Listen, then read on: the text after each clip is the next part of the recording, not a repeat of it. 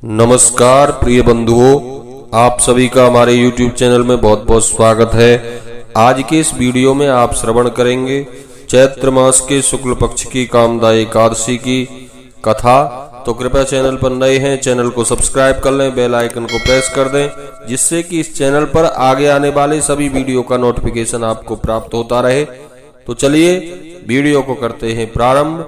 एक बार प्रेम से कहिए, बोलिए एकादशी महारानी की जय, विष्णु भगवान की जय। एक बार रघुवंश के प्रतापी एवं धर्मात्मा राजा दिलीप ने गुरु वशिष्ठ जी से पूछा, गुरुदेव, चैत्र मास के शुक्ल पक्ष की एकादशी का क्या नाम है? उस दिन किस देवता की पूजा होती है और उसकी विधि क्या है? कृपा करके यह सब बताकर मेरी जिज्ञासा को शांत कीजिए। वशिष्ठ जी ने उत्तर दिया, बंधुओं, वशिष्ठ जी ने कहा, राजन, चैत्र महीने के शुक्ल पक्ष की एकादशी का नाम है कामदा। जैसे अग्नि सूखे काष्ठ का या अन्य वस्तुओं को जलाकर नष्ट कर देती है, उसी प्रकार यह कामदा एकादशी भी अपने प्रभाव से सब पापों को जला डालती है। इसके व्रत से पुत्र की प्राप्ति भी होती है और बुरी योनियों से मुक्ति मिल जाती है और अंत में व्रत करता स्वर्ग को प्राप्त होता है। इसके महात्म्य से संबंधित एक पौराणिक कथा मैं तुम्हें सुनाता हूँ, ध्यान पूर्वक सुनो। प्राचीन समय की बात है। भोगीपुर नाम का एक नगर था। वहाँ एक राजा राज्य करता था। राजा का नाम था पुंडरीक।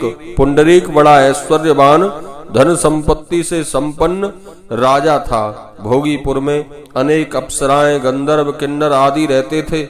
वहीं संपूर्ण वैभवों से युक्त घर में ललिता और ललित नाम के स्त्री पुरुष रहते थे।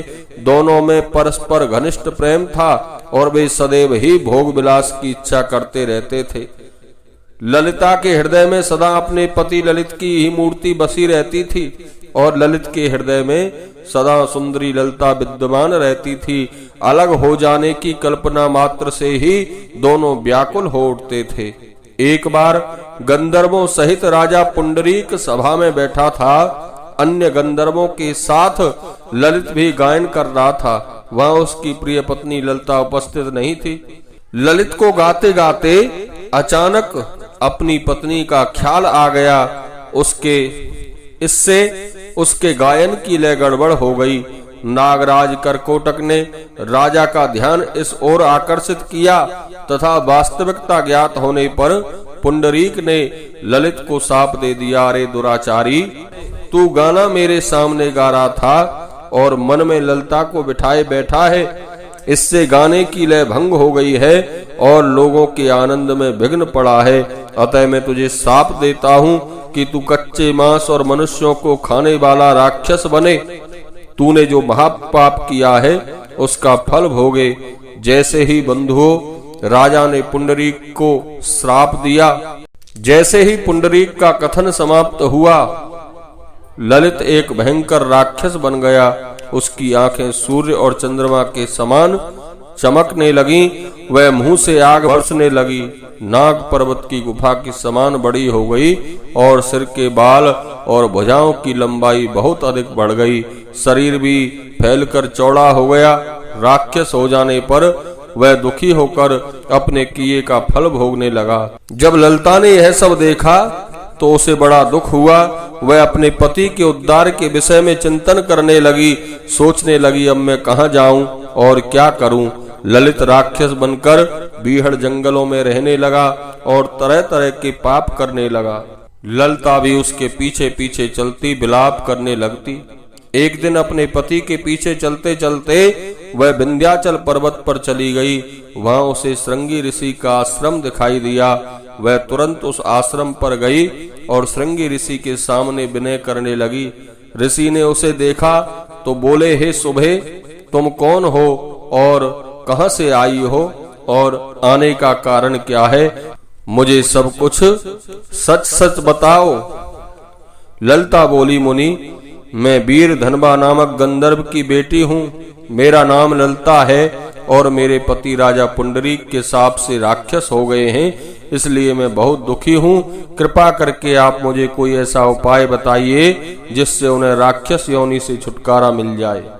श्रृंगी ऋषि ने उसे आश्वासन देते हुए कहा, ललते, अब चैत्र महीने में शुक्ल पक्ष की एकादशी आने वाली है। उसका नाम कामदा एकादशी है। उसका व्रत करने से मनुष्य के सभी कार्य सिद्ध हो जाते हैं।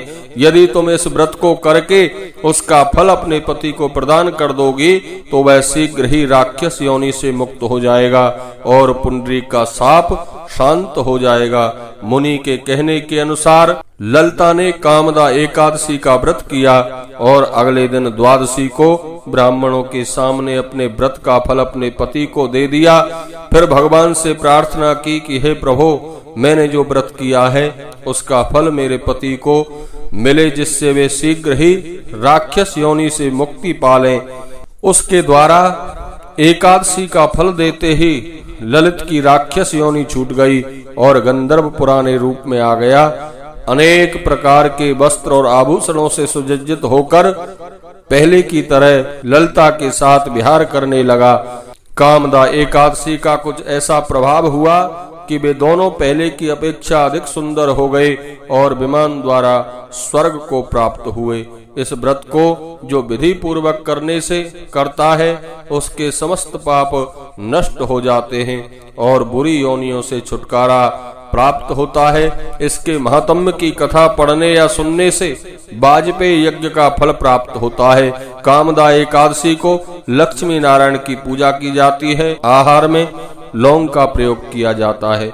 बोलिए एकादशी महारानी की जय, विष्णु भगवान की जय।